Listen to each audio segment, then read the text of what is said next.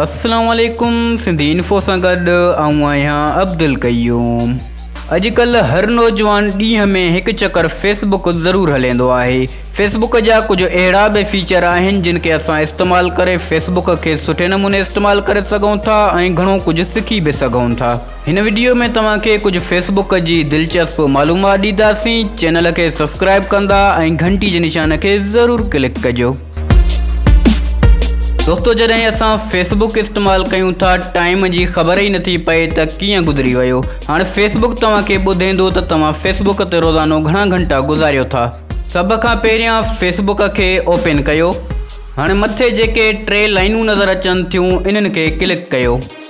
हेठि अचो, तव्हांखे सेटिंग एंड प्राइवेसी जो ऑप्शन मिलंदो। इन सां गॾु हिकु नंढड़ो तीर जो निशान आहे, इन खे क्लिक कयो। इन्ही खे तव्हां क्लिक कंदो, हेठि ऑप्शन अची वेंदो यूअर टाइम ऑन फेसबुक, इन खे क्लिक कयो। ॾींहं में जेको टाइम तव्हां फेसबुक ते गुज़ारियो था उहो तव्हांजे साम्हूं अची वेंदो। हीउ मुंहिंजो टाइम आहे ऐं 1 घंटो 27 मिंट फेसबुक ते गुज़ारियां थो। दोस्तों, फेसबुक ते कुझु अहिड़ा माण्हू बि हूंदा आहिनि जेके हर 5 मिंट में पोस्ट रखंदा आहिनि। पोइ असांखे ॿियो कुझु फेसबुक ते नज़र ई नथो अचे सवाइ उन्हनि जी पोस्टनि लाइ। अहिड़नि माण्हुनि जे इलाज लाइ तव्हां ही करे सघो था।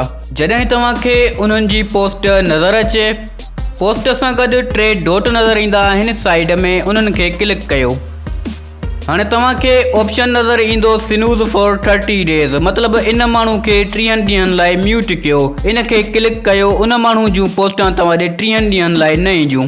इन जो फ़ाइदो इहो आहे त उन शख़्स खे ख़बर बि न लॻंदी त तव्हां उन खे म्यूट कयो आहे, लेकिन ब्लॉक या अनफ्रेंड सां ख़बर लॻी वेंदी आहे। सुठो आहे त इन्हनि खे म्यूट करे छॾियो।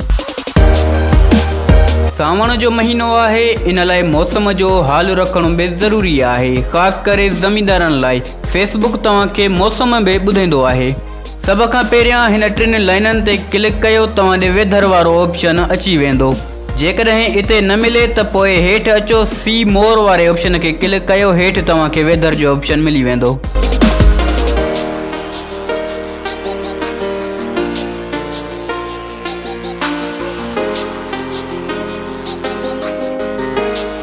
जॾहिं असां फेसबुक हलायूं था, फेसबुक असांखे नयूं पोस्टां बि ॾेखारे थो त या 2-3 ॾींहं पुराणियूं बि पोस्टां ॾेखारे थो। तव्हां चाहियो था नयूं पोस्टां ॾिसजनि या 2-3 मिंट या 1 घंटो पहिरियां जेके पोस्टूं थियूं आहिनि, जेके ताज़ियूं पोस्टूं आहिनि, उहे ॾिसजनि।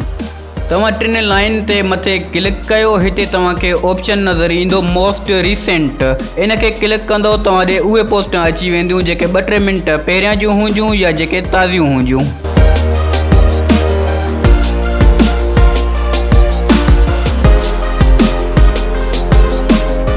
दोस्तों, फेसबुक तव्हांखे उहो बि ॿुधाईंदो आहे त अॼोके ॾींहं ते तव्हां 1 साल पहिरियां या 2-3 साल पहिरियां छा पोस्ट कयो हो। इन लाइ तव्हां 3 लाइननि ते क्लिक कयो। हिते तव्हांखे मेमोरीज़ नज़र ईंदो, इन खे क्लिक कयो। तव्हांखे फेसबुक 2-3 साल पुराणियूं तव्हांजूं पोस्टां ॾेखारींदो। उम्मीद आहे ही वीडियो तव्हांखे पसंदि आई हूंदी। वधीक अहिड़ी दिलचस्प वीडियोज़ लाइ असांजे चैनल खे सब्सक्राइब कयो ऐं घंटी जे निशान खे ज़रूरु क्लिक कजो। मिलंदासीं अगली वीडियो में। अल्लाह हाफ़िज़।